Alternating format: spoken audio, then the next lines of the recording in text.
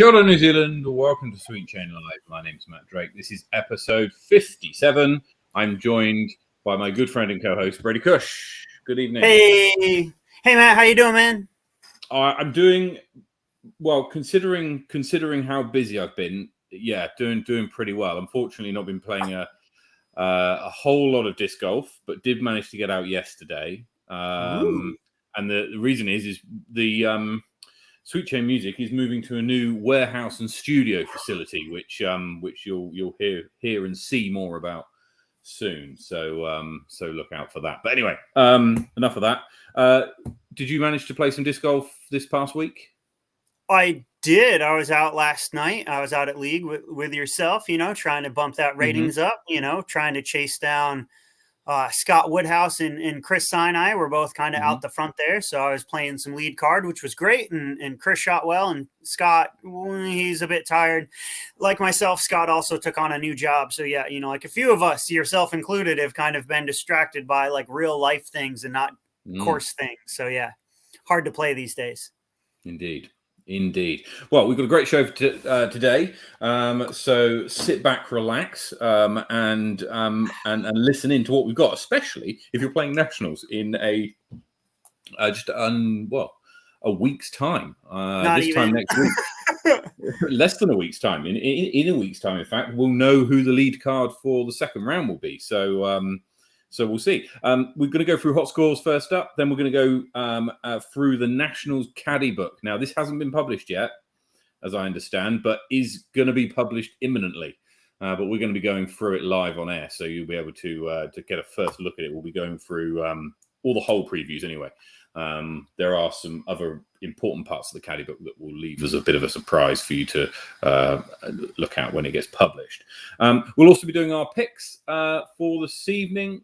For nationals, so we'll be picking our top players in a lot of the divisions, MPO, both the Masters divisions, ladies, and advanced. So listen out if you want the hottest takes. And we've also we'll be going through a few other things. There's a couple of tournaments happening overseas. Would you believe it? So apparently disc golf overseas is a thing, and we'll also be wrapping up with our upcoming events. So we'll start off with hot scores. Brady, take us through the South. Yeah, let's go through down south, starting as always in Invercargill. We have Queen's Park, and Russell King comes in with a hot round this week of -13. Over to Dunedin, Chingford Park, we have Harry Fraser coming in at -5. At the new Brockville course, Tom McKay leading the way with a -7. Good shooting, Tom. To Queenstown, let's go Lakeside. In the Gardens, we have Stuart Gilchrist and Akira Kuro coming in at -11. Out at Tucker's Beach, pretty quiet out beachside. Tom Jenkins +2 this week. Over the Crown Range up into Wanaka, we have Dom Hayden once again besting his score last week, going to -6 this week at Ely Point. And at Lismore, we have Flim Flam. Flim Flam, please put your name on your profile. Comes in with an 11 under par. Moving up the country, let's go to Jelly. Up in Christchurch, we have Callie Thompson coming in at -10. Over at Brooker Ave, we have -6 with Liam Peterson taking the hot round. And at Queen's Park, we have Patty Coffell coming in at -7. Matt, take us through the north. Just before I do, on the subject of Flim Flam, I wonder if it's some sort of trolling pro from the US who we won't hear from after a couple after this weekend, but we'll see. Flim Flam, put your PDGA number or your thing into UDisc. Anyway, to Berrenport, Dwayne takes the hot round with a 6 under par. Dwayne, put your surname in UDisc. Hikoi Flavio Mayorga hits a 3 under par to take out the winning score in Petone. And at Hardcore Park, Chris Sinai hits 5 under par at League yesterday to take out this week's. Linklater, Joel Simpson and Arthur Graham tie at 3 under par. And at Inglewood, Conor McKinstry hits 2 under in New Plymouth to take out the honours out west. At Spa Park, Steve Lawson, Anthony Roberts and Ruben share a freeway tie at 2 under par. And at Flaxmere Park, it's Adam King with 2 under par, who shoots the hottest round out east. At McLaren Falls, it's Jordan Kemen who hits 1 under par. In Tauranga and at Henderson, Patricio Valdebenito hits 9 under par this week. So well done to Patricio. There's 2 sanctioned leagues happened this week. The final round of Wellington Summer League took place last night, and Chris Sinai took out the league this week with a 958 rated 5 under par. So well done to him, but also well done to Scott Woodhouse, who takes out the men's division, and Liz Mocker, who takes out the ladies division of those two. Of those 2 leagues. Incredibly fun league, Brady. I enjoyed it. I didn't play as often as I would have liked, but it was great fun. And yeah, I'll be doing some feedback for the Wellingtonians, or I'll be asking for your feedback, from the Wellingtonians as to how you feel it went. I always think leagues are quite interesting, especially also another league, the Throwdown Thursdays in Christchurch at Queen's Park this week. Jayden Watkinson, for the 3rd week in a row, hits the hot score, tied with Joseph Berry, I think, this week. Hits 13 under par, 10-18 rated, right? So, I mean, he's played 3 weeks now and is averaging 10-25 golf. I mean, okay, it's on Queen's Park and Brooker Ave, but what I think is interesting is at the end of the league, after however many weeks is played of this, let's say this continues, and it's happened for 3 weeks now, let's say it continues for another 5, right? That's 8 rounds of 10-20 rated golf that Jayden's going to have on his stats. And yeah, I mean, look, kudos to Jayden for putting in those rounds. Do you think there's a danger that it skews the figures slightly, or I don't know? What's do you have a view on this, or is it? Well, I do. First, I want to comment. There's a certain stout brother who may or may not have mentioned that Invercargill is actually in the alternate positions, which would put one of the stout brothers at like a -17 for the week, but we'll just ignore that going into nationals. Because, like that's probably like a 1033 rated round, and so, it's going to be an outlier, not counted. I think it's going to be really interesting. And like, we've kind of talked about it for years, like in the New Zealand disc golf scene of like South Island courses and players versus North Island courses and players. And so, like 10-20 and they're shooting stupidly under par. Dave Felberg came over years ago and talked about shooting 1,000 rated and like, they like easy courses. They like throwing lots of birdies because they get really good rated rounds. And so like, for me, it'll be interesting to see. Jayden is coming up for nationals. I'm really interested to see, is he still going to be throwing 1,000 rated when he plays nationals and plays Berhampore? And so I think that that's also going to be kind of a good gauge of, what will the Capital, will the Hills show their teeth? Like, can he perform outside the birdie fest that is like Brooker and Queen's Park? So yeah, like I think it's great. I wish I had 1,000 rated player in Wellington. We were talking about it in Summer League. The first week of league, I shoot 7 under par and it's a 997 rated round. Yeah. Not a few weeks later, I shoot 7 down again. It's only a 985 rated round. Like, where's the 12 points go? Like, it was the same exact score, but that idea of like, you and I have discussed it, that in New Zealand, not only like with me being a 955 rated player at the moment, I'm bringing up a lot of the 900 rated players to my score, but at the same time, they're also bringing me down. So there's kind of this balancing in it. And so, like that idea of, right, if you're not shooting ridiculously under par, you're not shooting those 1,000 rated rounds. And I think actually it is more of that what you talk about there about you bringing up the 900 rated players and the 900 players bringing you down, I think is exaggerated on courses where there's a smaller amount of room for difference, right? And what I mean by that is you can play hardcourt till you're blue in the teeth. No one's hitting 15 under par ever, right? I think the record's 12? Has Jacko hit 12? I think. Yeah. Doubles record's 13. Yeah. So even no doubles, and that's doubles, right? And I think it's Stan and Ryan who have got the Stan Morris and Ryan Kitto have got the doubles record, I think.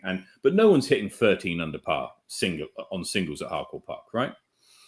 And so really, if you shoot 7 under par, that's a really, really hot round. 7 or 8 under par is really good. I've witnessed an 8 under par round myself, and I know that I think Mitch went 8 or 9 hit down, 9 down over Christmas, just before Christmas. So you can get to there, but they're like 1 in a year kind of scores, right? Not every single week. So I think it's going to be interesting how to see how some of these league scores compare and league ratings compare when you take it into a tournament where perhaps you don't have the birdie fest. I think today Jayden only missed, I think he got a bogey and only missed 2 pars. So like that was kind of how it's done. And so, I don't want to say I'm not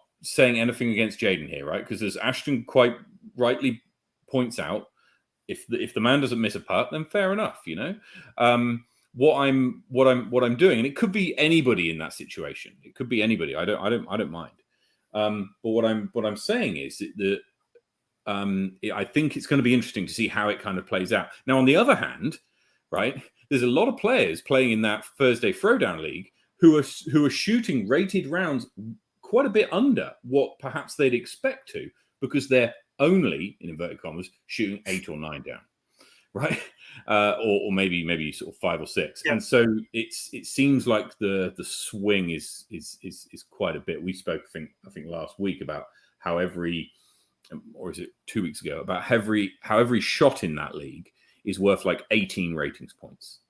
Whoa. So like you take for every missed putt that you make, for every kind of cage hit, or for every slight move out of bounds, 18 rating points, bang, gone.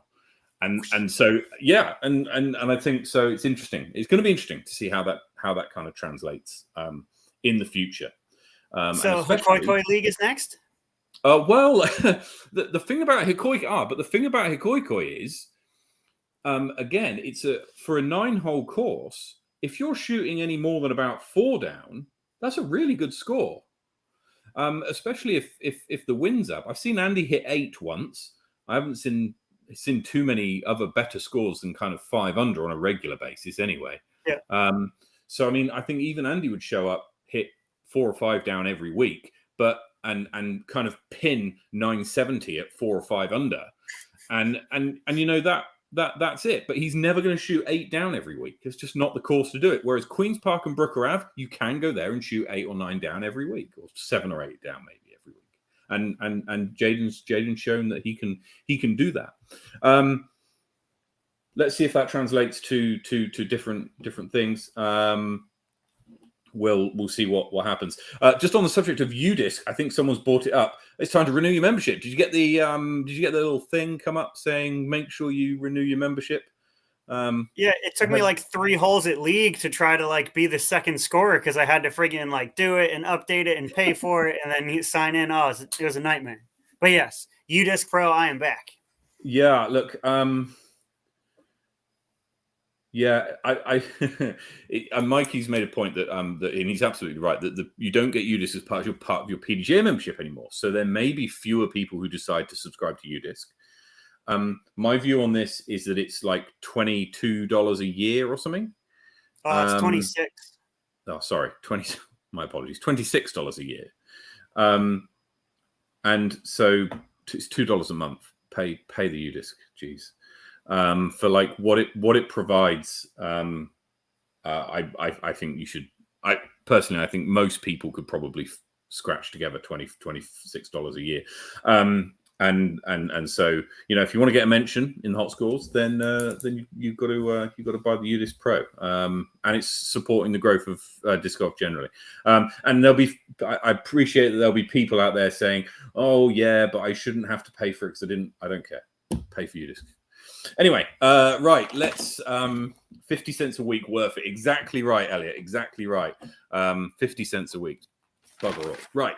We're going to go into the caddy book for nationals. Brady, tell us a little bit about how, before we go into kind of hole one and stuff, give us a 2-minute history of getting to this point.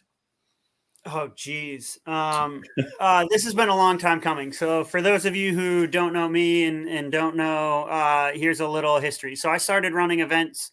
As you all know, I'm from the States originally, and I started competing in the States in 2012, 2011, before I moved over. So I've been competing for 11 years. And so I've seen, like I just played in like local little C tiers in the States. And so, I kind of came over and saw the grassroots that were over here and decided I'm like, you know what, I want to kind of like up this, like I want to throw my own C tiers like I'd seen in the States. So I threw my hat in the ring back in 2015. And said, like, I want to start hosting events, and I also, I wanted to grow Wellington. We had, Harcourt Park, which has been in the ground for 20 years, but we had that one event in August. So I was like 6 months from then, in February, kind of around nationals time in February, March, let's run another event. So Wellington can have 2. Queenstown has 2. Why can't Wellington? Mm-hmm. So, like since then, so I've been running events every year in March. It started out as the Isengard Invitational. Isengard from the Fellowship of the Ring happened to be filmed on hole 2 of Harcourt Park. So, it seemed fitting. I'm a Lord of the Rings fan, like it was filmed in and on the course. So I was like, look, like that, of course, grew into the Middle Earth Open, because we're kind of constrained a little bit in Wellington up until Barrenport. And even Barrenport itself now is only 10 holes. We're bringing in 8 temporary holes. But, like it was designed. And when I designed it back in 2018, when I, first approached the golf club, I said, we need a championship caliber course because, I want to host a championship caliber tournament. And so, like with the 9 baskets at Harcourt Park, we couldn't do that. And so, like I designed a course and I'd been running events and, like designed a bigger course so I could run bigger events. Last year, like we sold out at 72 players, so nearly doubled anything I'd had in years past. And then this year we go up to 100. So, like it's grown again. And so, like, yeah, like this has been something that I've been growing for 7 or 8 years now. This will be the 8th year that I've been running events, like bringing in, having competed at the Disc Golf World Tour and majors in Australia and over in the States. I was like, look, like let's push the caliber of not only events in the country of how professional they can be. If anyone's on the event page, you can see how much I've been posting, how many sponsors have come on board and that kind of stuff. And so it's just slowly over time, bit by bit, step by step, like I've grown both the Greater Wellington Disc Golf Club and, like the Barrenport, like Hills Disc Golf Course into something that can host a nationals that, like people will see next week. And I'm super grateful, like of having the opportunity and of Flexline and Flexline coming up and catching it. So even if you can't make it this weekend, like I know there's some people around the country who are getting sick and can't travel or can't get the time off, you will still be able to kind of be a part of it.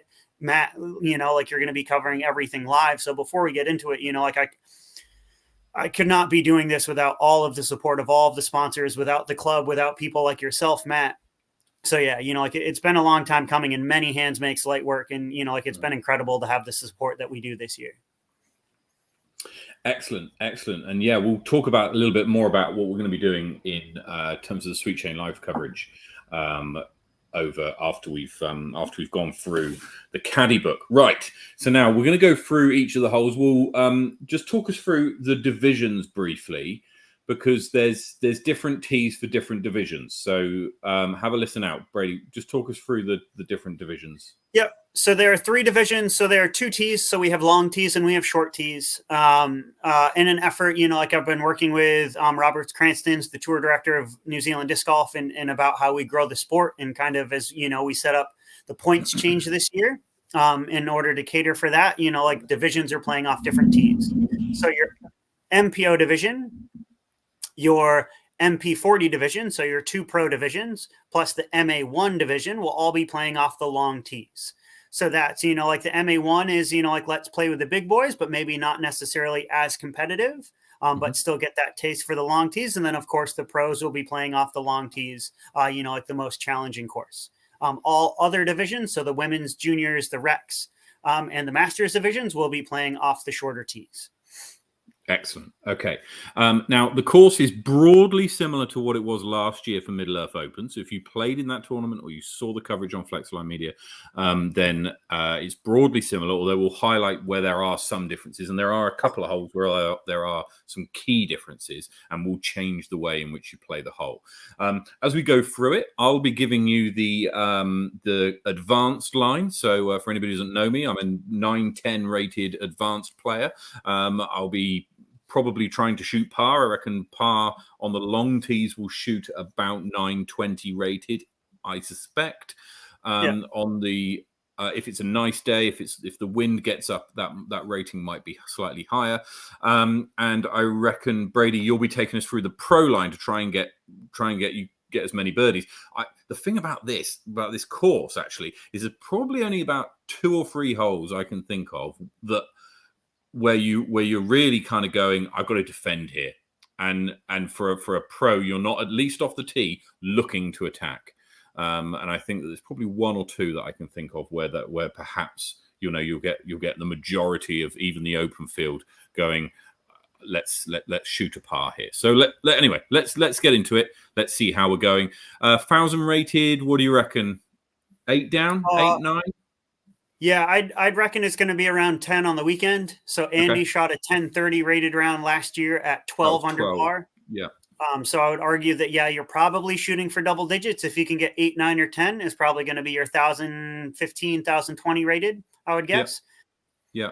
I mean, the field is I mean, let's make no bones about it. The field is stronger this year than it was last, and so you'd expect the scores this year to be better for broadly the same course as they were last year. What the weather's going to do, we're not quite sure. We'll have a look at the long range in a minute and see if we can get a look at what the weather's going to be doing on Wednesday. But it's only as good as we can tell a week ahead of time. We'll have a better weather forecast for you next Wednesday when we have our first show for Nationals. So let's stop jibber jabbering and let's get on with it. So this is hole 1. Now, just to give some context to where you are, if you're not sure about your kind of bearings here, the path that's down the bottom that you can see in the white behind the tee pad, that's the path, that's the road rather, that takes you up to the car park, and the car park is here. I don't know if you can see my mouse. Can you see my mouse? The car park is here, which is where the fly mart and stuff is going to be. And you have to walk down a little hill, and it's on a golf tee. It's on like a short golf tee here, and the basket's just tucked away. For me, taking an am line, trying to get a par, what I'll probably do is I'll probably take a forehand, go out wide, have it drift back, and then have either a nice little layup, or I might even be able to get it in the corner. I don't really want to be in these bushes, so I'm unlikely to take a backhand to it. Just in case it either turns, I think it's harder to control that Anheuser on this hole. So I'll probably just take a forehand, stick it out wide, and then have it come in. Brady, any difference for the pro line? No, yeah. Like if you're taking the ace line, you go backhand Francis on coverage. If you go long, it's super thick bush with heavy blackberry. I will mention, and it's in all of the you'll see it there on the left on the hole notes. There is dense bush on much of the course. This is a very much a like natural OB kind of place. And like you said, being short in under the trees is bad. Being long into that thick, like comebacker, you're chewing yourself up, scratching yourself up if you go into that blackberry. So yeah, like it's going to be probably a Firebird or a fairway that's overstable, hang it out nice and wide, let it slide up under the pin. There is a slight hill kind of under the basket, so if you leave yourself a little bit left, it'll be a slight uphill putt, but it shouldn't be too much of an issue. Nice and simple, kind of a good warm-up, only 77 meters off the tee, not much elevation gain or difference really. So easy forehand for hole 1. And probably expect most of the open field to be grabbing a 2 here. I reckon probably about 75% of the field will take a 2 on this one. Yeah, probably one of the must-gets, I would say. Now on to hole 2.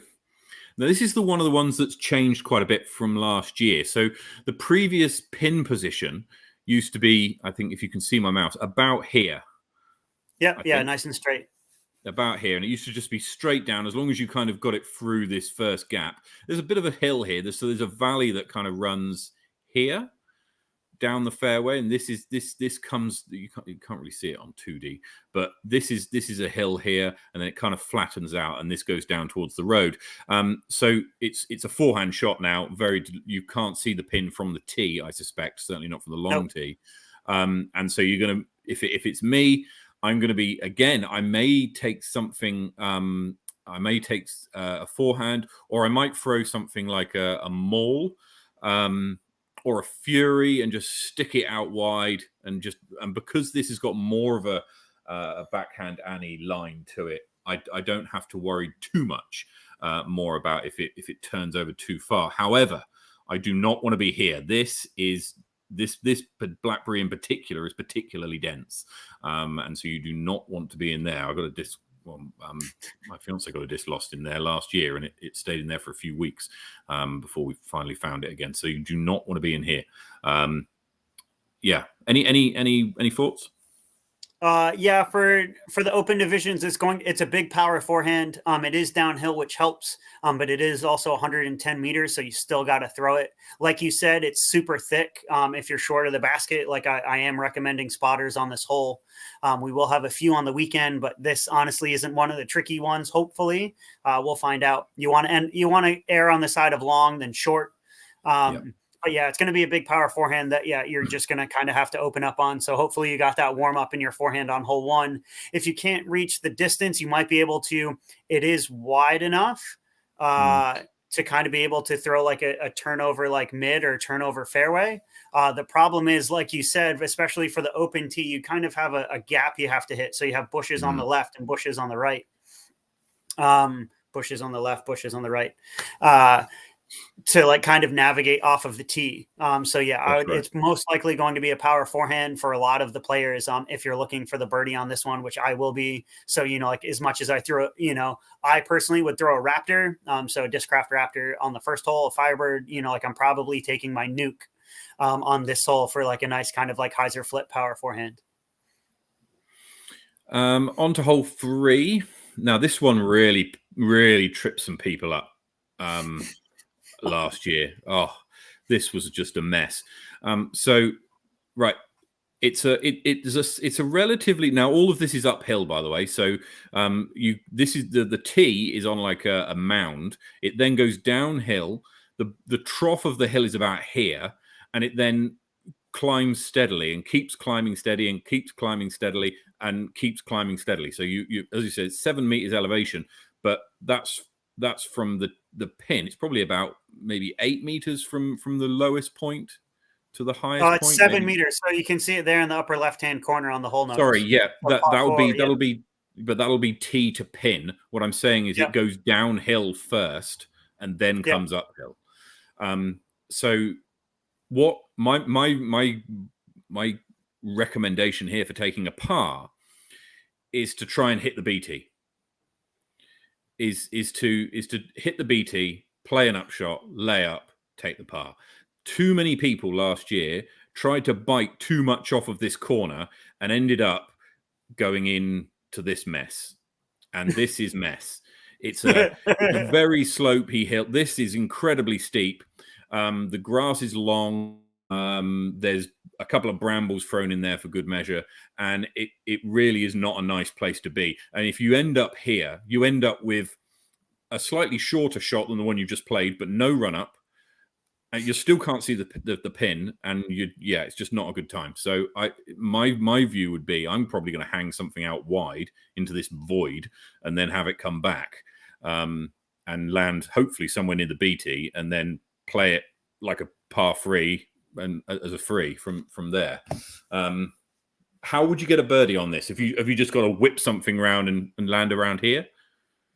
No, so like that's the sucker's gap, and I saw a lot of the open players take that last year. Like you said, you don't have any footing if you try to cut the corner. So honestly, you have to throw it long and straight. Andy probably had the best. He had a great Kahoo shot that went up and kind of up and over that BT, because it's still 100 meters up a hill, and the basket is probably about 6 to 7 meters off of that rough, like where it gets real dark, like that is all gorse and blackberry. So again, natural OB, you want to stay in the fairway where that light green is. So yeah, you need to throw something long and far. If you can, you also get good footing because it is like a very manicured golf fairway. So if you can throw it straight, you might still have that 100 meters, but you at least have something full that, like you can throw. The other trick is from the BT to the short, most likely you're not only one throwing uphill, but two, you are throwing uphill into a headwind. So the northerly is the prevailing wind. You are throwing directly north off of the BT. So the idea of, by giving yourself that little bit of extra freedom by hanging out to the right, it allows you to throw something a little bit more stable into the wind to bring it back at the pin to try to get that look. Because otherwise, if you have bad footing, if you try to cut the corner and you have like a bad stance and have to do a standstill, birdie's pretty much out of the question. So throw big, throw far, straight, like that's your miss. And then, like from there, kind of, it's going to be a similar shot on your second to make it to the pin for the birdie. Yeah, my view is that this hole will play over par for the weekend. I just think what I think it will do. I think it played over par last year, and I wouldn't be surprised. It's one of the hardest holes on the front nine, certainly. Yeah, I was going to say this front nine is arguably harder than the back nine. The back nine is a little bit more friendly, as it were, potentially because it's more sheltered in the woods, a little less kind of open hills, but. I'm interested to see how it'll play with the caliber of players that are coming in for nationals this year. Absolutely. Hole 4. So hole 4 plays from, again, it's 3 meters down, but what you can't see here, this is the pin of hole 3. This continues uphill. And there's also a sharp incline to the basket, which is probably about, would you reckon, 5 meters from the edge of a bit of a drop off? If you go back it's about 5 meter radius or like a 10 meter like diameter circle. That's the flat spot where the basket is, and then it's on a flat spot, but there is a little bit of a mound around it. Yeah. So should be something overstable mid for open players. What are you going to throw at it, Matt? I'm probably going to go for something like I'll probably go with like a Glory or an Explorer, because I want to make sure I get there. But also, as you say, there's a prevailing northerly. It needs to fade into the wind, and so it needs to be stable enough to be able to do that, and not get held up. If you look back at the lead card coverage of Middle Earth Open from last year, Tom Strawbridge made an excellent putt from just down the hill, bottom of the hill here, up over the mound and into the basket. So he did very well there. You don't really want to be there, in all honesty. Also, you want to watch out shooting long. There's brambles here. So if you do go, if you do throw something and you show the underside of that disc to the northerly wind and it gets turned over and taken out, it's a mess. Yeah, so that's why I'm going more stable, so that it's got no chance of getting the underside shown to the wind. So I may even go something like a Pioneer, just so that it really kills the distance and does come back in. Because again, all I need to do is get it to about here, and then I can lay up. I'm only looking for a par, remember. So I'm going to be playing it super safe. But yeah, as you say, probably a mid. I don't know what, like a Kotuku or a. Yeah, Kotuku might not be stable. I'm throwing a Buzz OS normally on a pretty. Yeah, I was going to say Buzz OS or a Rock 3 maybe. Might be good enough. Yeah. The OB golf green doesn't really come into play unless you do something really wrong. More for like juniors and women. Yeah, if you just kind of saw it off early, like super early release, I would argue most of them.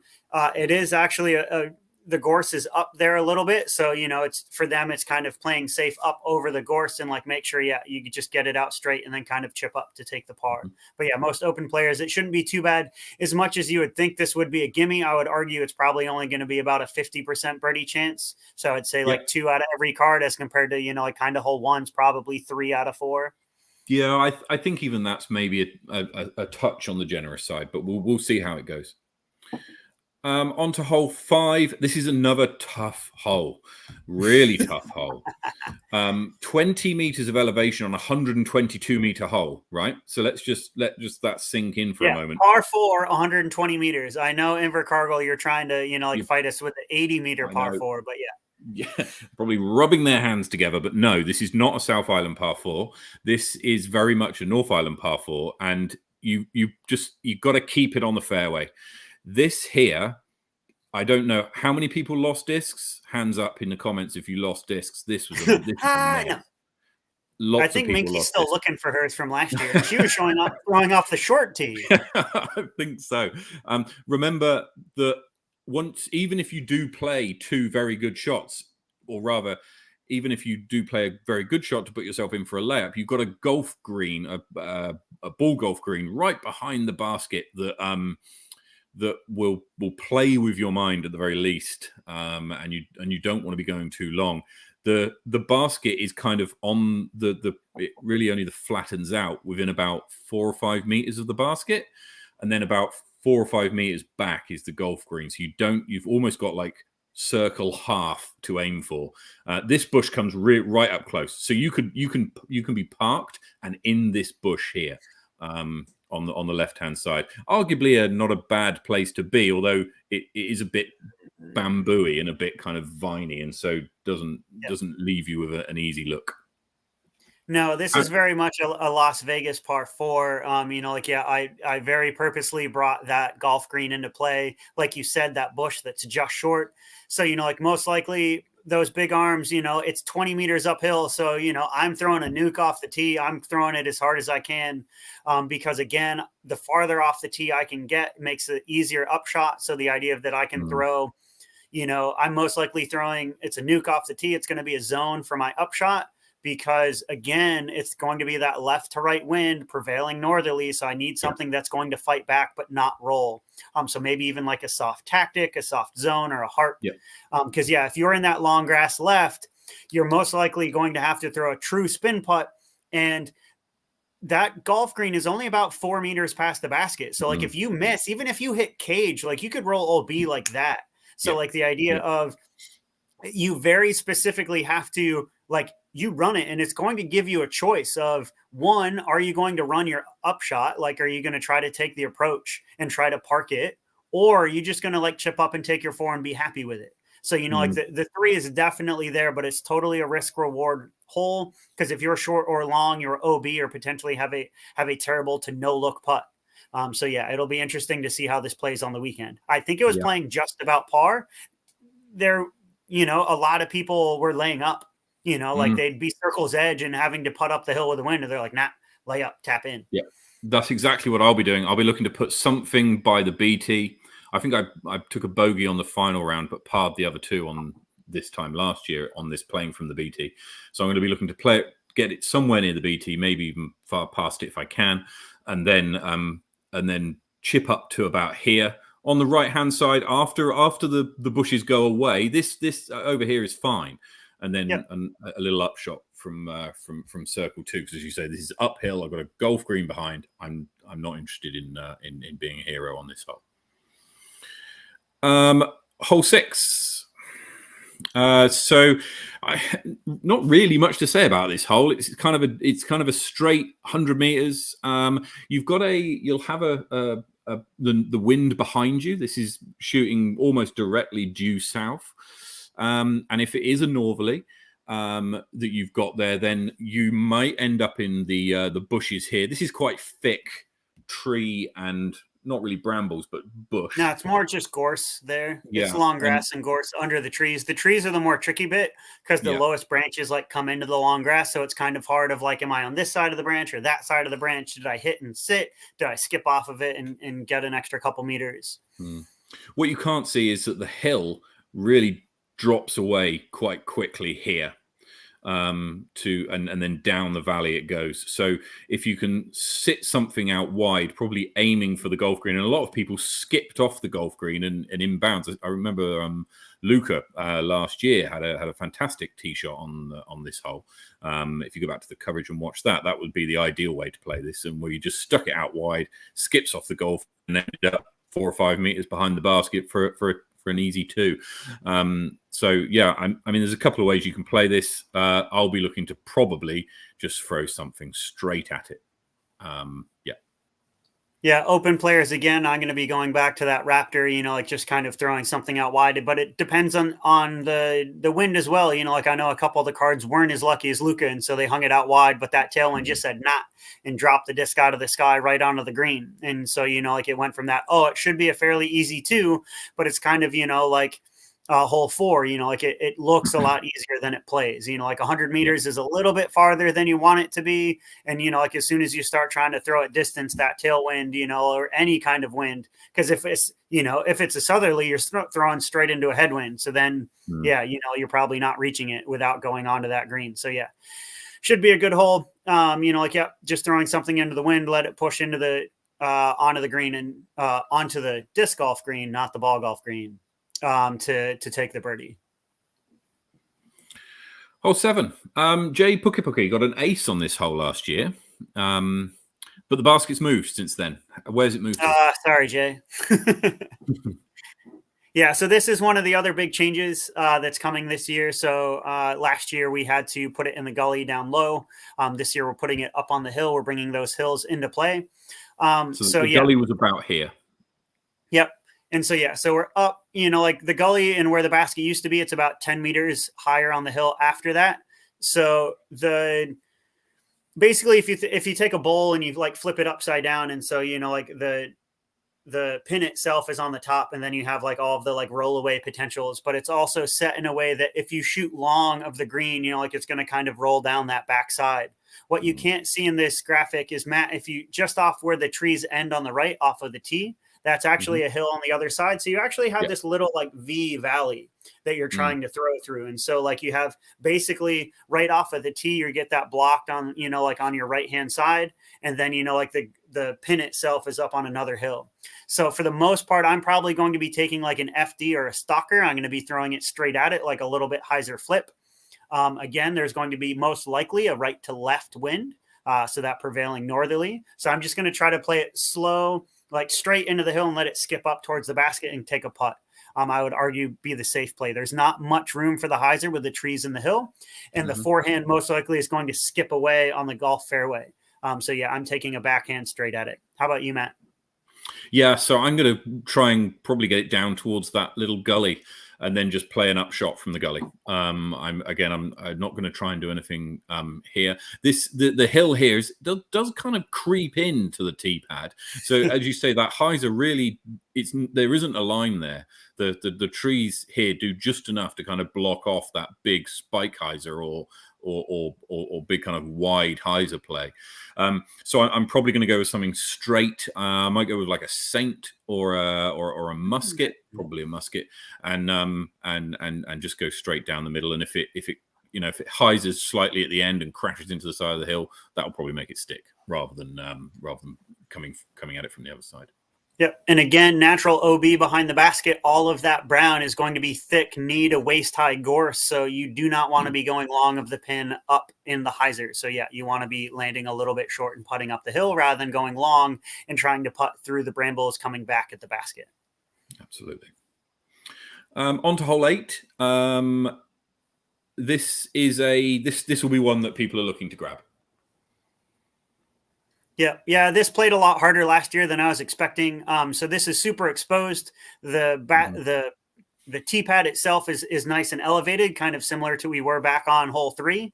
Like you're playing down over a gully, and then, like up on a little plateau is where the basket is. It's not very far. You do have quite a bit of drop in elevation. So a lot of people were going long, or actually a lot of people were leaving it short. They're like, oh, it's only 77 meters and super downhill. I can take a putter at this.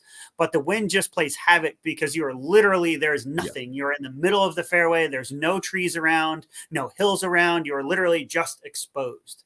So the idea of the best plays that I were seeing was things like a harp, a pig in a zone, an overstable putter thrown out wide, like in kind of crashing into the hill short with like a little bit of an uphill putt.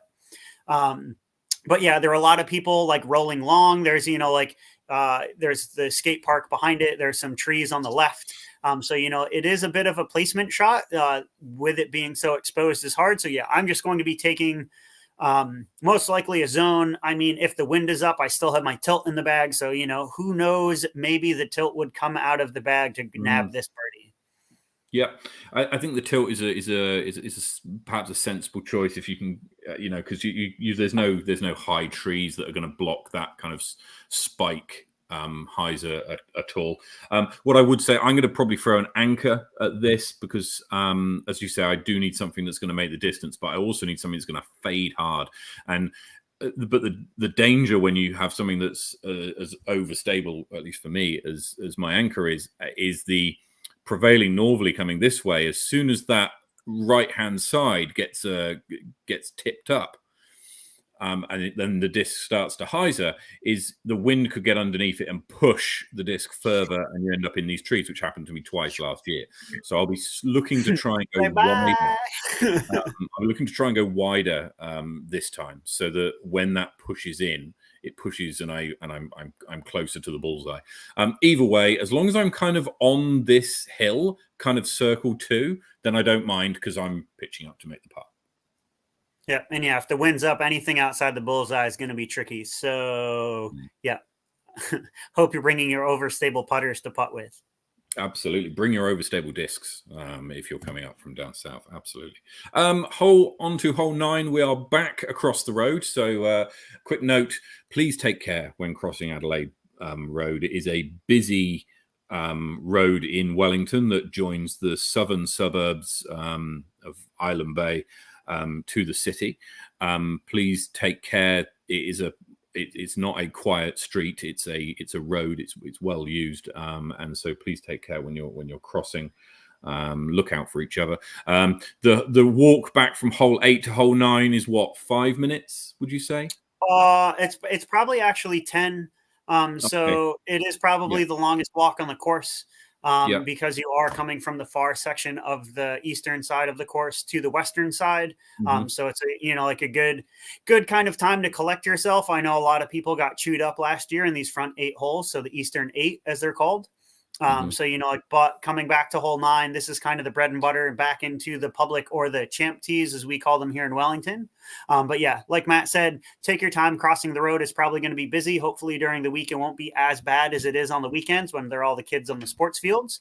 Though that is a note for Saturday. Be careful of people on the sports fields. So yeah, take your time crossing. There are crosswalks, like dotted along the line. They are marked in the course map for the whole.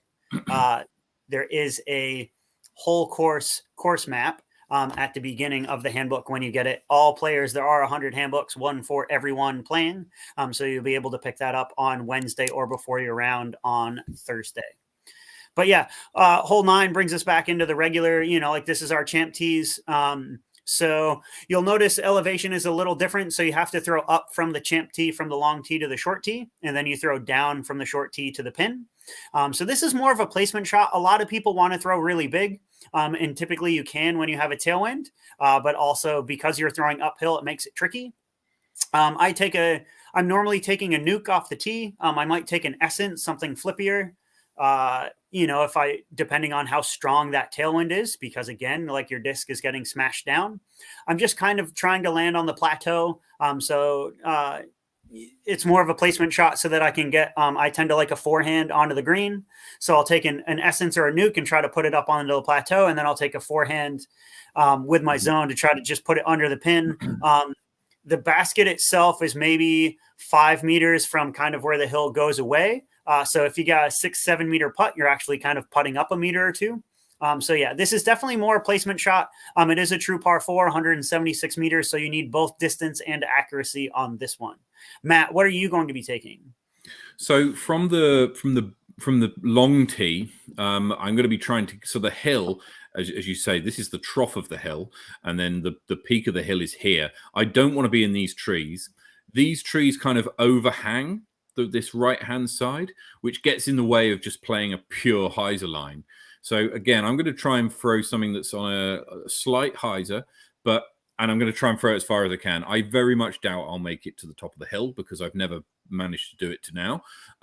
But if I've got something that's relatively close-ish to the top of the hill. And actually, I'd rather be further down the hill, but inside of this tree line than up here, right? Because if you're behind the first row of trees, that can be not very nasty, not very nice, sorry, because the line to get out might be blocked. Yeah, you definitely don't want to end up left on this hole. If you're playing from the short tees, it's most likely going to either be a backhand straight at it, or or you can play like a high kind of spike forehand. Again, there's that hill where the basket is that kind of goes away. So if from that plateau, if you're throwing like a right hand backhand, it's going to kind of like fade away from the disc, like fade away from the basket and down the hill. Because what do you take on your upshot if you like made it to the top of the hill? If I was made to the top of the hill, I'd probably do the same as I did I would do off the BT. And off the BT here, I'd be throwing a trust on a forehand, and I would get it to come in, a hyzer into the hill, and then roll up the hill, which it will do given the spin and off a spin direction off a right hand forehand. The reason I don't take a backhand from here is, if you, or rather, the advice I'd give, if you were going to take a backhand from here, it's better to end up short than it is to end up long. Because if you end up short here, then you'll end up with a downhill downwind putt, which for me is easier than an uphill upwind putt. And also it slips down quite steep after here. And if you get a little bit of skip, or you're throwing a premium plastic mid-range, as many people may, then it's going to skip away and just keep going, and you end up in this gully and you're a shot more than you otherwise would be. So but for me, if I end up short of the hill, which I suspect I will, I'll then probably put a very overstable disc on an Annie and have it try to flex out, so that I end up, I want to end up in the gully, basically. So I leave myself an easy upshot to then make it a tap-in putt. I don't really want to be putting from any more than about 4 or 5 meters on this hole, just because it's quite it's on the side of a hill and quite exposed. So yeah, I would say try and get it into circle 0.5 if you can on this hole. On to hole 10. So now, Brady, just talk us through this one. Okay, so this is where the divisions change. So we are playing off the same tee. So as you notice, some of these tees are shared between the long and the shorts. If you are in one of those long divisions, so if you are in MPO, MP40, or MA1, you will be playing this as an island hole. So at the 12, just outside of circle 1 at 12 meters will be an island. Outside that island is hazard rule. So you play the disc as it lies, but at a 1-stroke penalty. So if you don't make the island, you're playing that shot where it ends up at a 3 rather than a 2.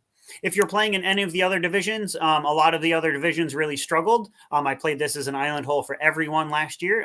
Lots of the other divisions were not making the island. And so it's just really penalizing people for no reason. And that's not what this is about. This should be fun. It's a huge downhill hole. You're losing almost 10 meters of elevation. You have those 2 golf greens, which are out of bounds. If you throw and you land on a golf green and you're in one of the open divisions, you do not get penalized twice. Mm-hmm. So take your meter relief off of the golf green, take your little half moon at a 1-stroke penalty. You are then throwing 3. You are not throwing 4 for the hazard and the OB. One infraction applies at a time. So, and once you make the green, that's fine. But it also means that if you're inside the circle and you run it and juice your putt long and you roll back into the hazard, you take another penalty stroke and play it as it lies. Mm-hmm. So that hazard applies at all times. But yeah, I'm interested to see. This could very potentially be a 2-shot swing hole. It's one of the easier holes on the course. It is 95 meters. I'm typically throwing a tactic or a zone, something overstable on a putter, just letting the wind push it down, knock it out of the sky, and then, probably just throwing it straight at the basket, letting it skip under the pin. Would you change that play, Matt? Or no, I'd go the same. I'd throw a trust, and I'd probably stick it more or less over the golf green, and then have it just come in and hyzer into the green, and that's what I do. I want to keep it, because there's an island. I'm going to be trying to keep it low. I do not want to throw this with too much height, especially if there's a tailwind. I don't want the wind to get underneath it and hold it up. So I'm going to be throwing it low with possibly more spin than I would otherwise throw for this kind of distance, over the golf green, and then have it hyzer in here. Now, a popular play I saw, especially on the pro cards, was taking a Ruru or a similarly kind of slightly overstable putter and jamming it into the front of this hill here and having it just skip up. Slide straight at it. So that might be a play that some people look to do. There's the par play here is really, it's a par if you miss your putt, right? Because if you make the island, you've got probably a circle 1 look. If you don't make the island, then you're putting from circle 2, which is only 10-20% from most of the field anyway. And you've already taken a penalty stroke and you're putting for 4 at that point. You'll be putting for 4 if you don't make the circle 2 look. So really, as you say, it's a 2-hole swing kind of hole. It'll be an interesting hole, especially as we get onto the 3rd round and we get towards the kind of business end of the tournament, and it's a great introduction to the final 9 holes of the course and the tournament. And I hope I hope it's tight at the top when we get to this point. Oh, I suspect it will be. Also, just as note, there's a fence about pin high on the left behind that left-hand golf green, where there is a tap. So if people are looking for water, so there's a water tap here right in the middle of the course, which is really nice. So if you fill up, at HQ and you're going around, you don't necessarily need to come back to HQ. You can just go straight on, and there's a little tap here on hole 10. Take us on to 11, the par 4. Par 4. So par 4 is 160 meters, and then the tee is the pin. Sorry, is tucked away in a little kitchen of trees over in the side here. For me, I'm throwing a Grace or a Musket or maybe a Saint, and I'm trying to get it as close to the B tee as I can. The danger here is, especially with a Northerly, is that the disc hyzes more than you want, and you end up here. And from here, that shot is a lot harder than the shot from the BT by quite some way, right? So 10, 20 yards here laterally makes a huge difference. And so I'm going to be trying to throw something straight, not necessarily hug this tree line because I don't want to be in danger of going the other side, but I also don't want to be too far left on this fairway. And then from there, from the BT, I'll be having a go at trying to make it to out in the open and have it hyzer in and skip in. The grass here will likely not skip too much. I don't know if it's when the last time it will have been mowed for this tournament. If you can get it close to the basket, it'll skip. It's quite bold around the basket, but if you're edge of circle and hoping to skip it from there, then you might be disappointed. Yeah, this is when I would love to be Dave Keene. Shout out to our Sweet Chain team member.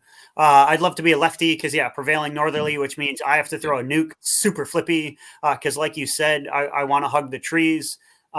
If you can make that second tree line so you can see kind of towards the basket, those trees come in on the left. That's basically where I want to be throwing, not on the left, but on the right-hand side. So like I'm throwing a flippy nuke and flipping it up into the wind, which is super hard in touch. Because again, you can flip it super early and then you're basically taking birdie out of the picture if you're anywhere in that tree line early.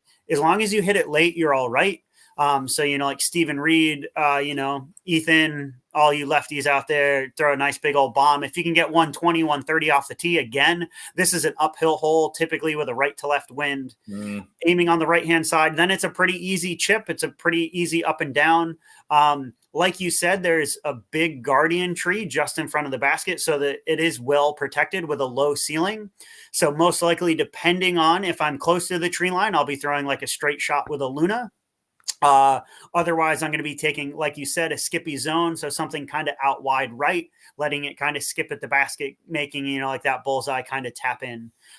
This is definitely the more accurate distance you can have, the easier this hole will become. It is very much a kind of pro birdie of, you can throw far and then be snookered in the trees on either side and cut yourself off. If you're way and hyzer out left, you're most likely looking at a forehand roller. Because if you try to take the spike hyzer line, there's a good chance you're not getting your disc back this weekend. Those trees are super grabby on the left-hand side, super thick. Trust me, I've climbed them heaps. Throw it far, keep it on the right-hand side, take an overstable putter for your approach, tap in for birdie. Hole 12.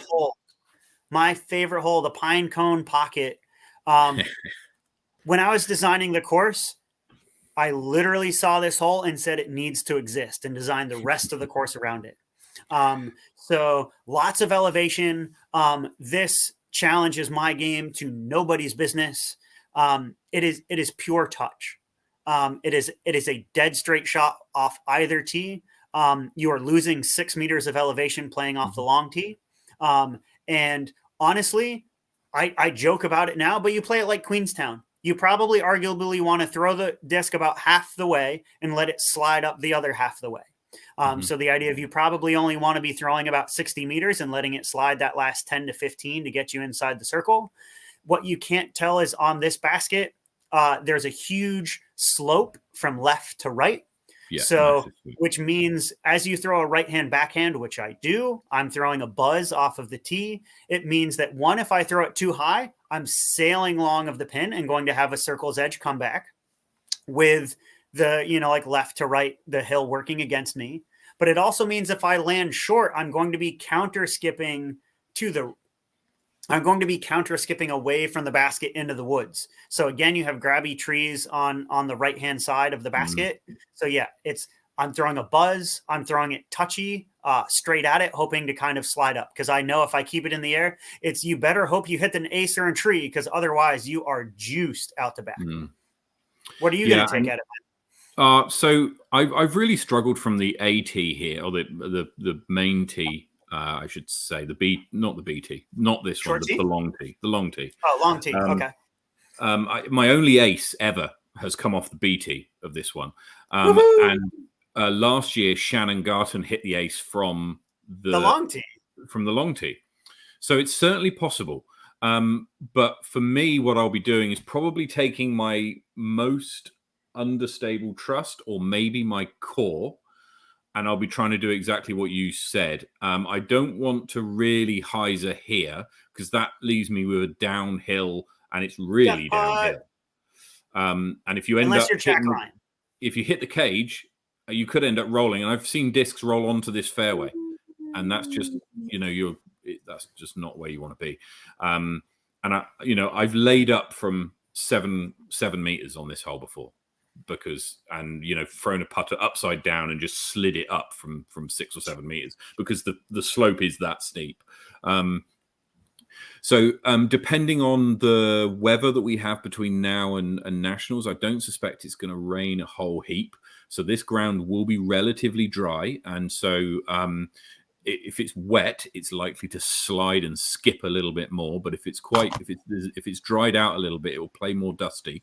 And so if your disc does have some hyzer as it comes in, then it may just grip and you may be okay. But as Brady says, these trees here, just short of the pin on the right-hand side, are really grabby. I would recommend a spotter somewhere here just to look for, because these trees here I've seen. I've seen discs go into there and never come back. So, Yep. Throw your provisionals off the tee. It's funny going through these holes now and talking about pro lines. I honestly cannot wait for final round coverage from Saturday, because these 9 holes on this course, like, this is a 2-shot swing hole. Like, you could run a circle's edge putt, to try to take the lead or to maintain your lead, throw it long and then miss the comebacker. And like you said, with rollaways so prevalent, there are a lot of kind of 2-shot swings on this half of the course. Yeah. So I'm really looking forward to the battle. that's going to hopefully play out this weekend. Last year from the BT, I can remember I took a 3-shot swing. I was on the wrong end of a 3-shot swing on this hole. On the final that's round right. Yeah. last year. I was watching it live from the clubhouse, and I'm like, Matt, what are you doing? Well, I'll tell you what I was doing. I hit the cage from about 6 meters and then rolled all the way down this hill and took a 5. So I mean, that's what happened. But I think 2 people on the card took a birdie. So it's gonna, as you say, it's a swing hole. Really, really good hole, especially at this point in the competition. Yep. Yeah, let's keep this rolling. We got 6 holes to go. Hole 13. Hole 13. Two very different holes to play. The long tee. Jackson aced this with a forehand, probably a caddy. And that's the play. You take an overstable. I'm going to be throwing a rive, an overstable driver. I'm going to sling it out wide. I'm going to keep it.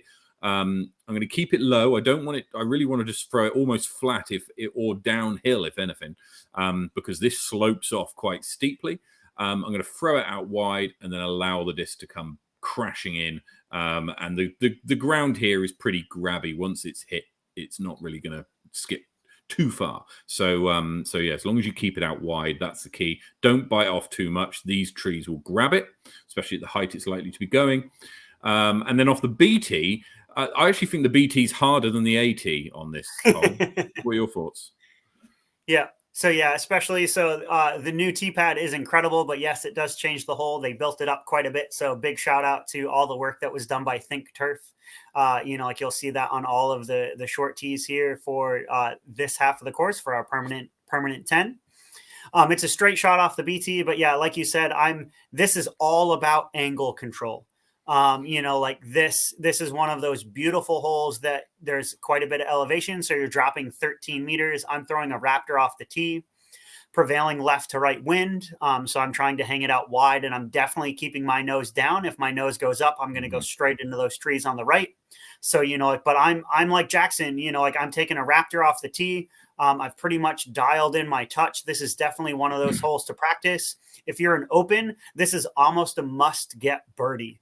I would say that you need to be inside the circle and you need to be making your putt. If you are not, you are losing strokes. The top half of the field, I would argue the first 2, if not 3 cards will be birdieing this on the weekend. So yeah, over stable fairway, hang it out wide, keep that nose angle down, put it inside the circle, make the birdie. Hole 14 is in the woods. This is the most wooded hole of the course. From the BT, there is 2 lines you can take. There is a straight up the middle line, which if you just go straight at it, you'll eventually end up pretty close to the basket. There's also a left hand. I play a backhand Anheuser line here, and you can play a forehand as well. I've never really tried it. I don't like the shape of it, but it plays well. I prefer the backhand Anheuser quite high and just have it kind of stall and come down. So that's one line. From the longer tee, it's a forehand. There's trees in between the tees that really kind of block that Anheuser line that you might otherwise take off, but you can get the forehand through it. Yeah, that's what I would do. Yeah. The 2 lines for the pro is definitely, if you want to birdie it, shout out to Troy Robinson last year on the feature card. Absolutely parked it. He took a low skip shot with a Firebird. I take a Raptor at it. I throw it nice. You're throwing through the woods, so you're a little bit sheltered, but arguably you're throwing straight into that wind. So I'm throwing a flat Raptor out through that left-hand gap in the left-hand alley. I'm just kind of gripping and ripping it straight and letting it hyzer back at the basket. I have seen there is a flex backhand at it. So if you have like a rock through or a Kotuku, you can throw it on a little bit of an Anheuser and just kind of let it go straight at the pin. There is one kind of like guardian tree, like branch that's coming out. So it does kind of pinch that backhand line. Arguably, people have talked about it. I'll be interested to see if anyone takes it. There is a par line that doesn't involve the woods. So if you take a forehand, from the back of the tee box on the long tees, if you throw out into the fairway, there we go. Out into the fairway there, you can actually throw a very simple putter hyzer into the basket to get inside the circle to make your putt. Oh, wow. So if you want to take the trees out of it, you have to make a gap off the tee, but then, you're out into the fairway, which is fine. And then, it's a simple, like rat or a zone upshot and that kind of stuff. You probably are not birdieing that way. I've not considered that line, but I'll have a look at it on Wednesday next week and make a decision. I probably won't. I say learn how to throw a forehand and just park it and take the birdie.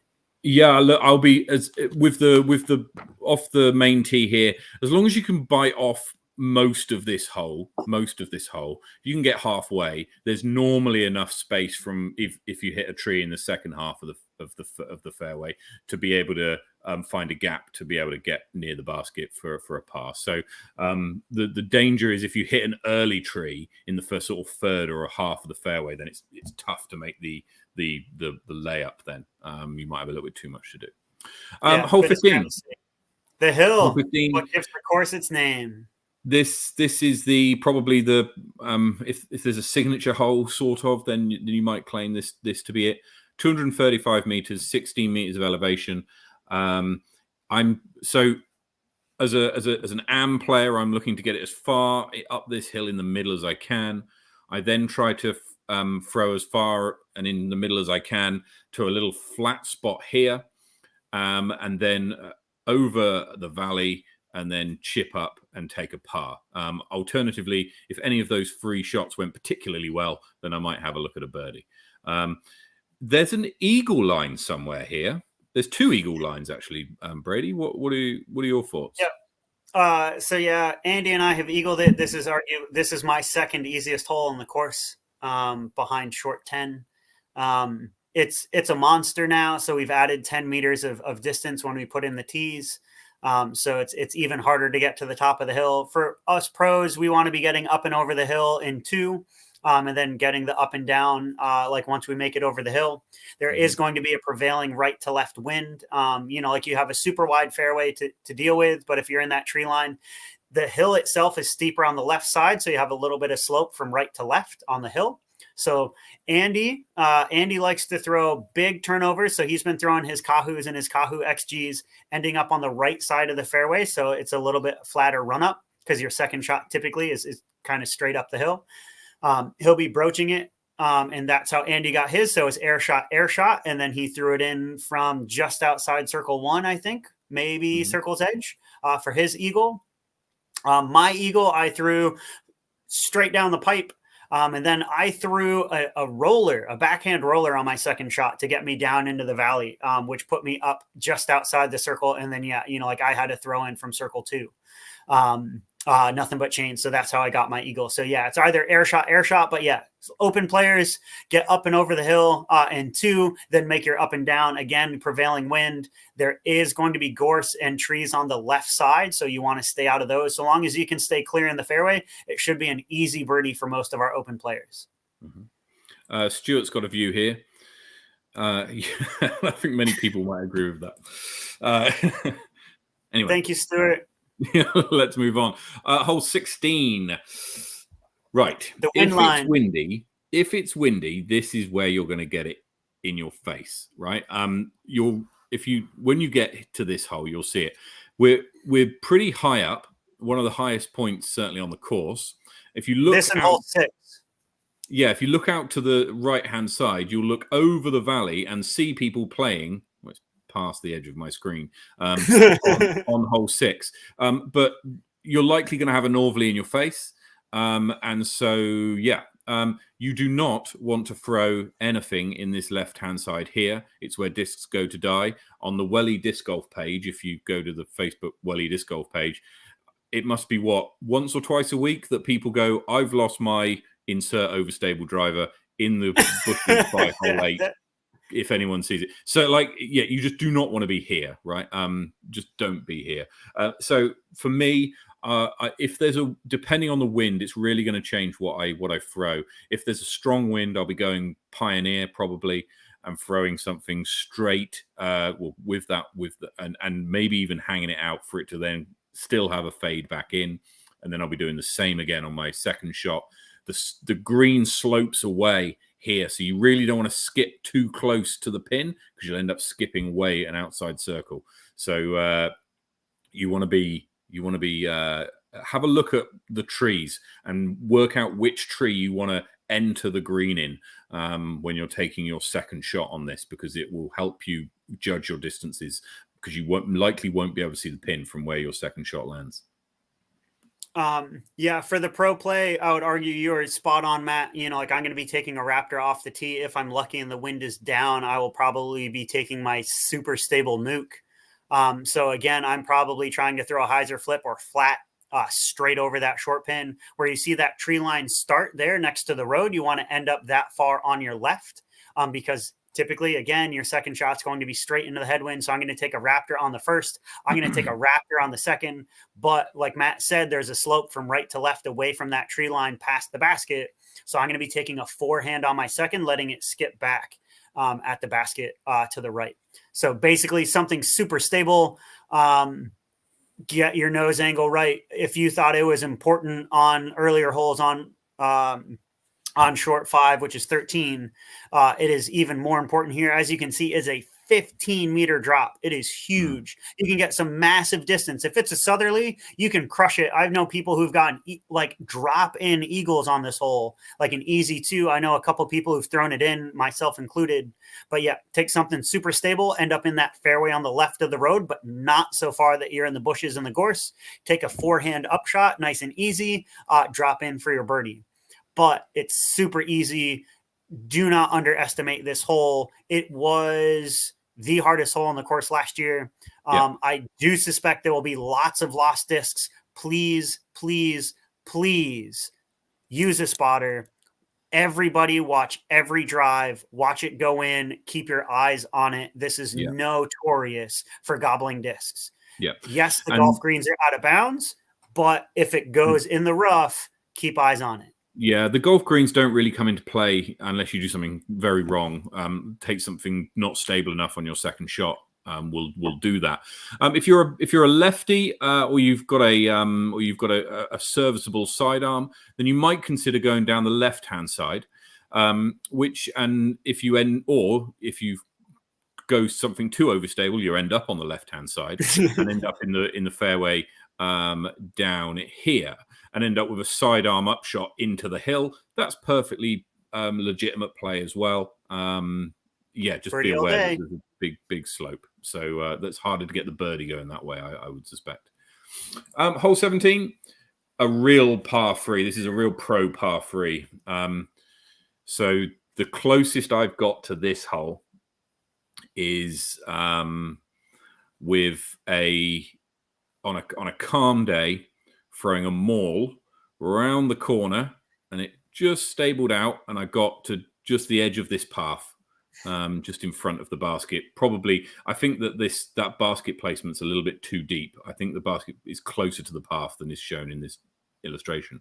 But I got to here, which I think was about circle's edge. And yeah, there is a line through the trees. So these trees carry on down here. So don't be fooled that isn't really that isn't a clean line. The trees do carry on. But you can go through these trees. The only thing from the BT I would say to be aware of is once you've thrown it through the trees, there can be sometimes a bit of a breeze that comes down here. So if you've got it on an Annie coming out of the trees, then you might find that it's not stable enough to come back. Yeah, definitely for a par line, if you're playing off the long tees, just make it into the trees, throw in the trees on the right. Even if it's super windy, sometimes I'll even play that because I just want that little bit of shelter. So yeah, it is the long way around to throw it into the trees or like around on the right because it is a lot farther than you think. I normally am birdieing this with a flippy fairway or like kind of a stable and neutral fairway on a backhand and hyzer. Again, nose angle is everything.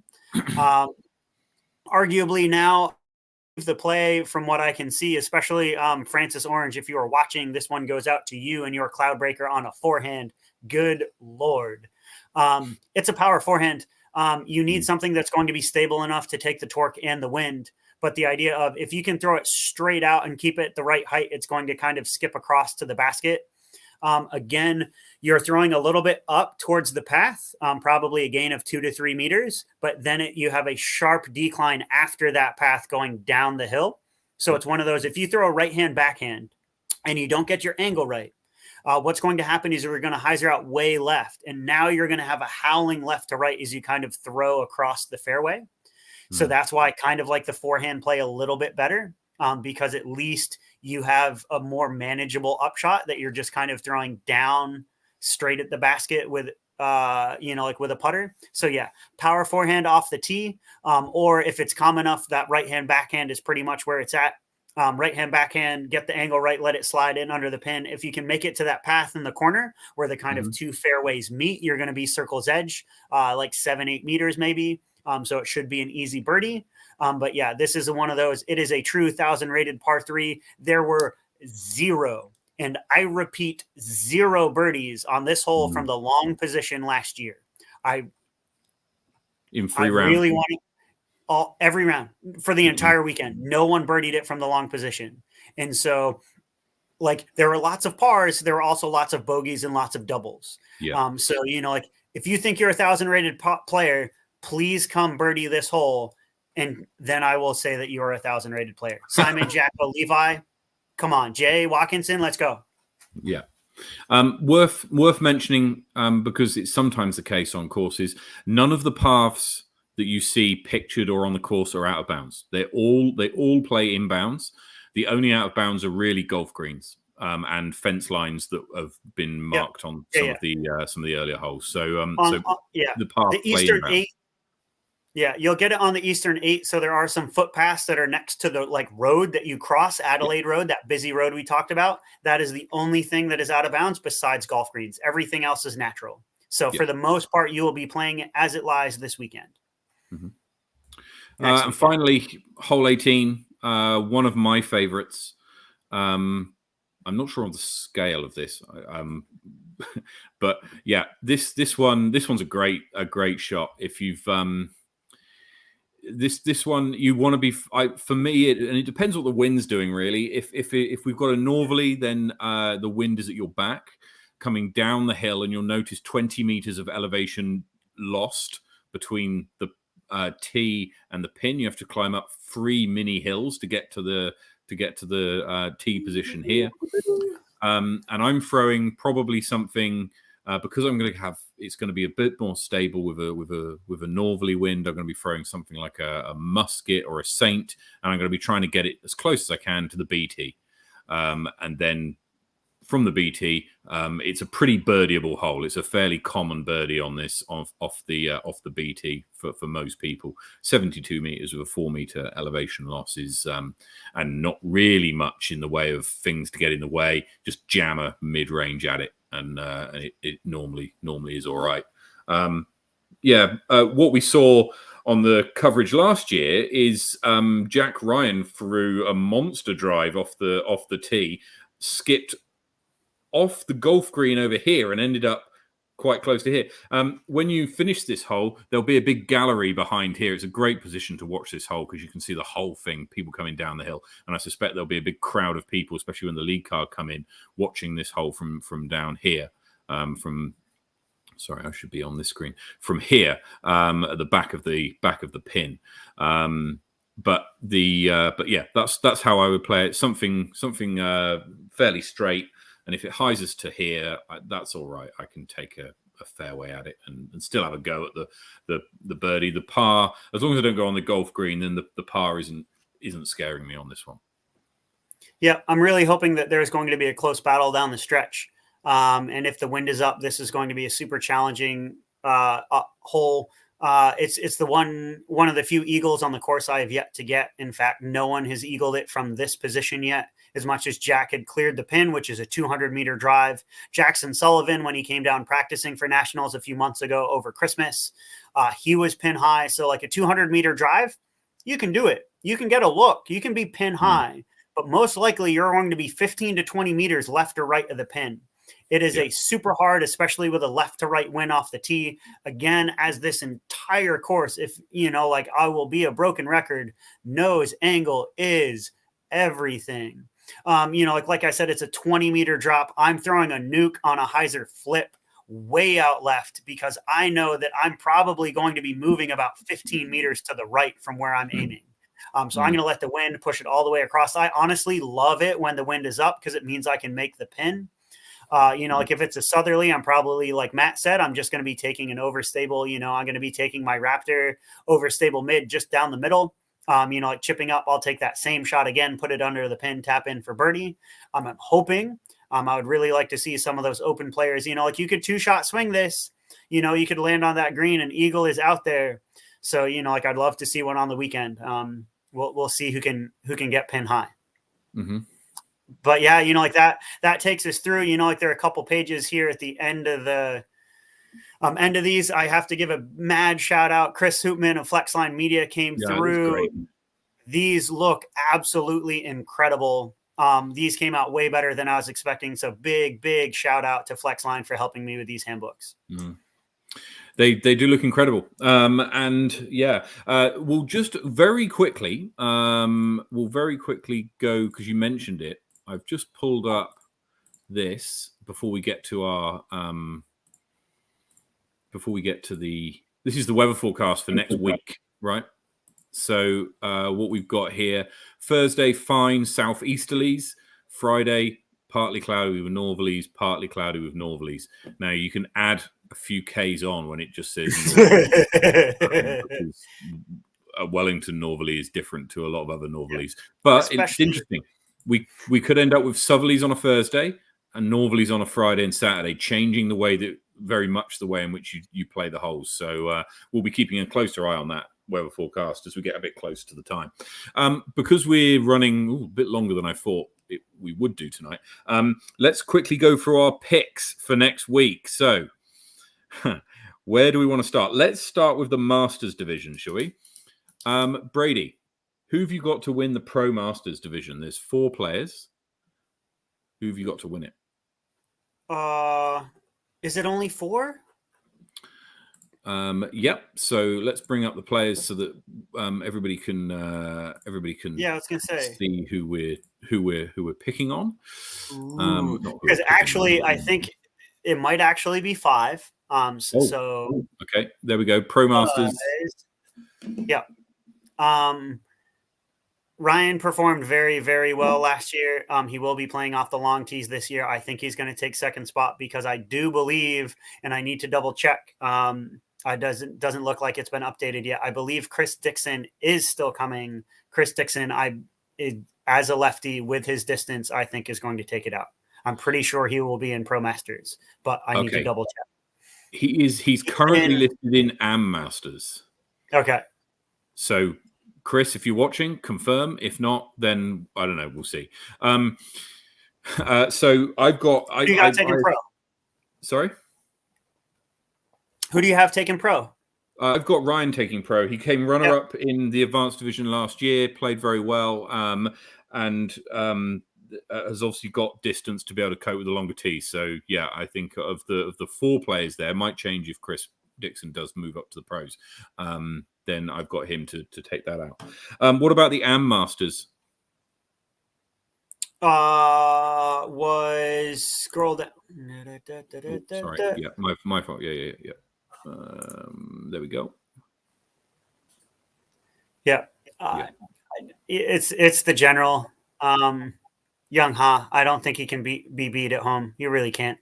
Yeah, look, I've got him as well. It's his home course, especially playing off those shorter tees. He'll go there and hit on the back 10, 6 down, 6, 7 down easily, and that's what he did last year. So I've got him in first. I've got Chris Dixon finishing second, 12th for Heisinger, 15th for North Island Champs. Didn't have a good smash, but I expect him to come back. And as you mentioned, lefty helps a bit on this course, and he's got the distance. In third place, I've got Les Payne from Christchurch coming up. Nice, he's sneaky. He just needs to put together 3 good rounds. I know he can put together 1, but it's can he last the weekend? That's a good choice. Who have you got in the ladies overall? I'll see if I can get it on one screen, shall we? I'm really, really excited for this, to be honest. And I know we have to. Unfortunately, there's no FPO. I was really disappointed. I was hoping that we could have a good one. And with the amount of prize support and added cash, it was probably going to be the largest payout in women's history for NZ. But unfortunately, being an A tier, it didn't work out that way. The battle is going to be between Michelle and Victoria. But my sleeper in the top 3, and I would argue that she can take it out because she can birdie it. Nicole Stout played amazing. Where you didn't think I was going to find her. I like every possibility of doing well. Michelle and Victoria are doing very well and played very well over the weekend in Rotorua.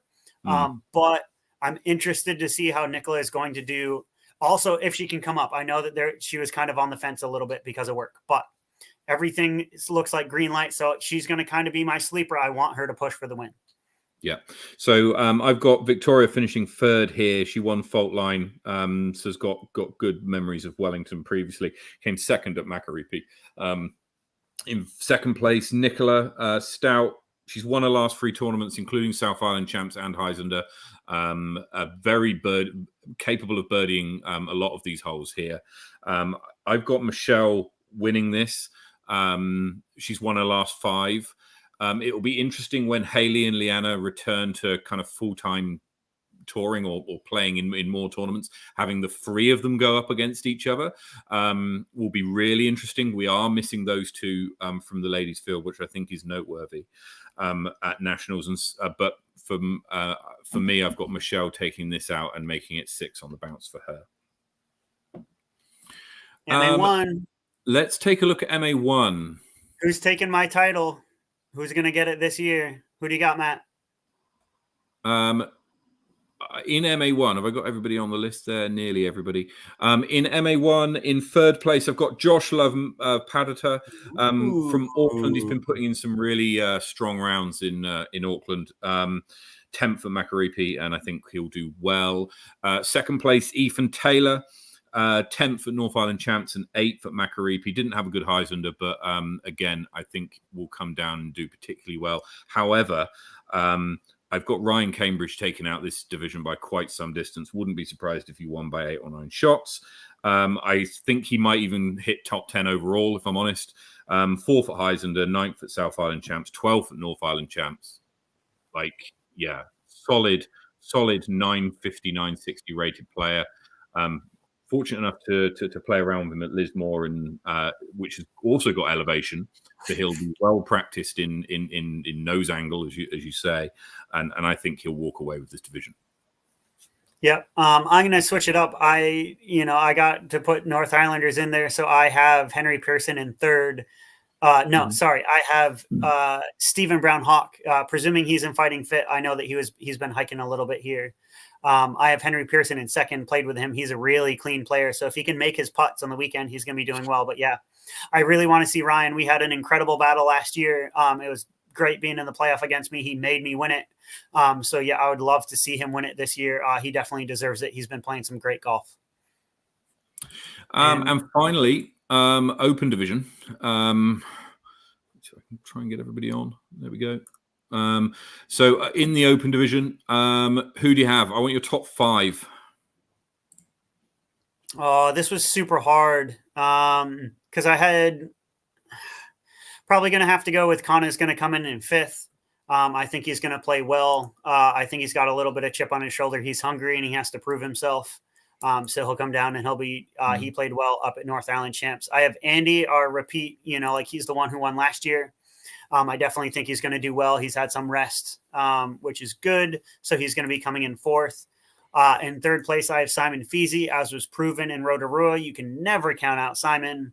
So he's going to be coming in 3rd, but I just don't know if he can last the distance and the battle we've all been waiting for. I'm sorry, Levi. I love you to bits. You throw disc golf, but Jackson's got the experience. He's got the momentum. He's played the course once already. I think Levi's going to play extremely well, but I think just like the experience and having played the course before, like I can't look past Jackson. Like he's really strong. If he's still in fit, like if his knee's doing well, it'll be interesting to see how that holds up over the weekend. I think he's looking really well to take out the overall. Who do you have for your top 5, Matt? The hardest one for me to pick out of the top 5 was 5th. Honestly, there's probably about 5 or 6 players who could feature in fifth place in my view here. I've actually gone for Jasper to come in fifth. I think he's got some mean distance, and I think that will serve him well. At third at Heislander, but as I said, there's on a very different course. There's about 6 players who could make it in there. Connor's one, and there's several others who could all do some damage. Mikey Yu has got a shout. He had a very good last round last year. Ashton's got a bomb. Ethan with a new bag could turn up and challenge as well. In fourth place, I've got Andy as well. Home course, reigning champion, knows this course very well, plays it very often. I'd love to see him put at least 2 of those strong rounds that he had, similar to round 2, because from memory he had a very average first round, a fantastic second round, and a pretty good final round. If you can just change that average first round to pretty good or fantastic, then actually he's got a chance of breaking into the top 3. But for me, it's Simon Feasy in third place, very similar to you, second at North Island Champs. Just consistent, just done it all before, it makes it very difficult to put him outside any more than the third. Levi, I'm the same. Levi, I'm sorry, bro. I've got you in second. I think you'll do very well. South Island champ, Heislander champ. But again, for me, it's Jackson Sullivan who's going to take this out. Although I wouldn't be surprised if the winning margin was only a couple of shots. I wouldn't be surprised at all, especially if the weather comes to town, which we'll all be watching very closely, of course, next week. Talking of next week, the schedule for next week's shows is we'll be going live on Wednesday night next week. So Sweet Chain Live first show will be on Wednesday live at 9 o'clock. And we'll have previews of the tournament. We'll have a little bit more talk. We'll also have some interviews with people in preparation on the course. So if you see me hanging around with my video camera, then please come and say hi. And we'll be doing some previews of what's coming up and looking forward to also the results of the doubles competition, which will be taking place on Wednesday. If you want to be involved in that and you haven't said you want to be already, then make sure you head over to the event Facebook page or have a word with Brady. We'll then be live on Thursday night, Friday night, and Saturday night, bringing you all the results from each day and having and speaking to as many of the players who have played well over the weekend as we possibly can. And Brady, you're going to be joining me for some of those sessions. I will be. Yeah. I'm going to be very busy, but elbow deep in prep and that kind of stuff and making sure everything's ready for the next day. I also have Flexline will be staying with me for the weekend. So we'll be doing camera stuff all weekend, making sure we get all of the footage and commentary and that kind of stuff. So yeah, you will see me in bits, maybe not as much as people are kind of used to. But yeah, I definitely won't be a stranger. Feel free, for those of you who've been watching in and around the country who are meeting me for the first time or potentially, have never met me, come say hello, say, like, hey, we love you on the show. Like I always love to hear good feedback. I'd love to meet you all in person. So come say hi. I will be a TD all next week. So I won't be playing, so I'll just be hanging around. So yes, please come say hello. I'd love to meet you and all my friends. It'll be great to have you in the Capitol. I'm very much looking to host all 100 of you or nearly 100 of you in the Capitol next week. Absolutely. And, please come and say hello. I'd love to meet as many of you who I haven't done before as well. And I am playing. I'm in the advanced division, and I'll be trying to cling on to my par as much as I possibly can. Exactly right. Very quickly, we will go and take a look at the upcoming events. This is going to be lightning quick. Don't worry. So first of all, power rankings update. So Victoria Speller moves up 1 spot thanks to her second place at Makariki.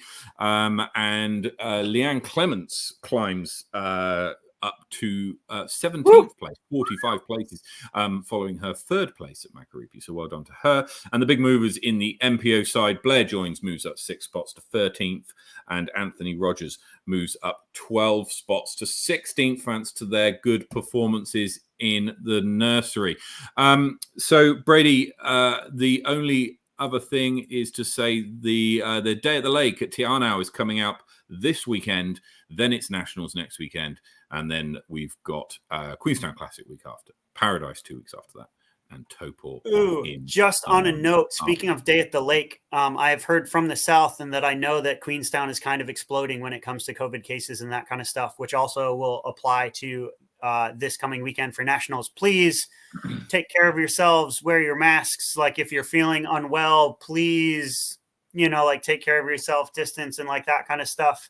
Matt talked about there, like being a gallery. I would love to see a gallery on hole 18.